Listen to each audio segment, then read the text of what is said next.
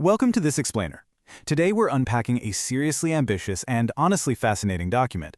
We're looking at a comprehensive 50-point framework built specifically for managing people and culture in some of the absolute most complex, high-stakes humanitarian settings on the planet. We're going to see how this plays out in operations like UNICEF's incredibly critical work in the state of Palestine. It's a unique test case, really, where rapidly shifting security and intense resource bottlenecks demand a completely different way of doing things. So if you've ever wondered how these massive, purpose-driven organizations actually build the teams that deliver life-saving aid, well, you're absolutely in the right place. It really all kicks off with one massive question. How do you manage a workforce in a complex humanitarian crisis? And look, we aren't just talking about standard corporate HR here. We're talking about the immense daily pressure of ensuring that staff right there on the ground are ready, supported, capable, and protected in the most volatile operating environments on Earth. The stakes literally could not be higher. Okay, let's dive right into this. We're going to break this incredibly dense blueprint down into 6 digestible stages. The Humanitarian Workforce Challenge, a blueprint for transformation, strategic governance and accountability, integrated strategic workforce planning, values-based talent acquisition, and finally, making real change stick. Starting with Section 1, the Humanitarian Workforce Challenge. So to really understand this framework, we first have to ground ourselves in the reality of the context. In extreme environments, your traditional, purely administrative HR approach, it is completely insufficient. Headquarters policies and ticking compliance boxes mean absolutely nothing if they don't actually translate to the field. It's really about creating a positive ripple effect. Every single decision about people, who gets hired, how they're supported, where they're deployed, it all has to be directly, demonstrably connected to the organization's actual ability to deliver results. Moving right along to Section 2, a blueprint for transformation. Now, what's really interesting here is the sheer scale of what we're looking at. To move from a basic compliance mindset to a truly strategic one, you need a massive architectural shift. This isn't just a handful of quick fixes. The framework outlines exactly 50 interconnected strategic points.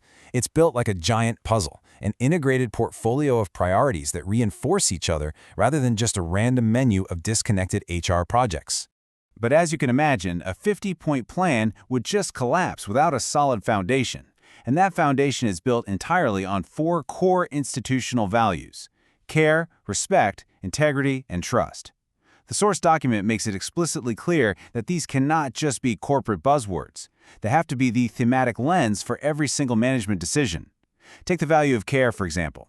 In real life, that directly dictates things like providing immediate hazard pay, rolling out robust mental health support for frontline workers, and guaranteeing adequate recovery time after critical incidents. It proves these values have absolute, tangible impact. Which brings us to Section 3, Strategic Governance and Accountability. Having great values is awesome, but who is actually holding the wheel?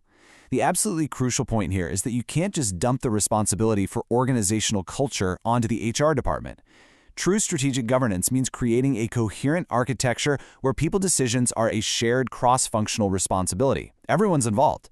Leaders and managers across all departments need clear escalation routes. So for instance, if a field officer spots a serious safety concern, they need a predefined rapid escalation pathway that bypasses all the typical bureaucracy to reach executive oversight immediately. And to keep that shared responsibility intact, senior leaders have to rely on a highly disciplined governance cycle. It forces a complete move away from what the document playfully calls symbolic experimentation, trying things just to look innovative. Instead, this cycle demands genuine, systemic learning. Leaders have to constantly focus on real outcomes, mitigate material risks, and honestly navigate their resource constraints. And remember, in a humanitarian context, a material risk isn't just losing money, it's anticipating localized violence or a sudden supply chain breakdown and adjusting your workforce strategy before the disaster strikes. All right, on to Section 4, Integrated Strategic Workforce Planning. This is where we look at how an organization plans for its future workforce needs when the landscape is literally changing by the minute. It's a total paradigm shift. In the old days, organizations relied heavily on reactive staffing, scrambling to hire people during an emergency. And honestly, that inevitably led to skills mismatches and unfunded commitments. The new way? Proactive workforce scenarios. That means integrating multi-year capability forecasting right into the budget cycles. It ensures the money and the people align long before a crisis ever hits. This proactive planning translates directly into daily operations. Mapping out critical roles? That's not just an administrative chore. The strategic purpose is to prevent dangerous vacancy exposure out in the field. Imagine a sudden escalation in a conflict zone. If you're missing a key logistics officer, a vital supply convoy just halts. Reviewing staffing assumptions quarterly prevents that exact scenario by letting the organization adapt instantly. These metrics act as critical early warning indicators for the whole operation's resilience. Next up, Section 5, Values-Based Talent Acquisition. This is all about the front door of the organization. If you've got the governance and the planning dialed in, how do you actually ensure you're attracting the right people? Well, a truly values-based culture demands standardizing your competency assessments. You have to relentlessly audit the selection process for diversity, fairness, and the actual candidate experience. Plus, assessing someone for a high-stress crisis role is very different than interviewing them for a standard desk job. You're not just testing technical skill, you're testing emotional regulation, adaptability under extreme pressure, and cross-cultural communication in literal life-or-death situations. Finally, Section 6, Making Real Change Stick. We've talked about 50 interconnected points, right? That is a staggering amount of change for any team. So how do you avoid total change fatigue? The Blueprint actively champions a phased roadmap instead of an overloaded Big Bang launch. You establish your baselines first, and then you target early value, highly visible wins in months 3 to 6 to build crucial momentum. A highly visible win might be something super practical, like radically streamlining travel approvals for emergency deployments. Doing this proves that pacing the transformation and ensuring your managers are actually ready before scaling up is way more effective than just dumping 50 new policies on everyone's desks at once. And here is absolutely one of the most vital rules for measuring that change: the data disaggregation imperative. If you just look at the big aggregate numbers, you might think a new policy is a total home run. But aggregate success can easily hide the unintended exclusion of vulnerable groups.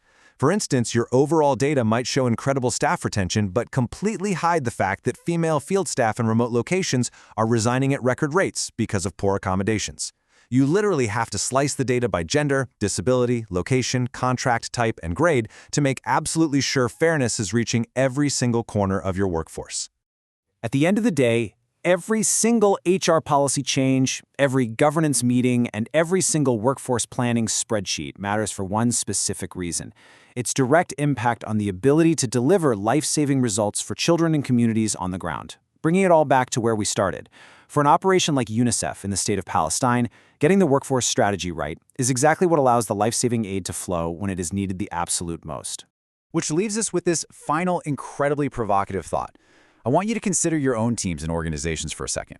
If your organizational values were tested in a sudden, complex crisis tomorrow, would they actively dictate your management decisions, or would they just remain nice words printed on a wall? Something to really think about. Thank you so much for joining me for this explainer, and I hope this deep dive into strategic workforce transformation has sparked some great new ideas for you. Catch you next time.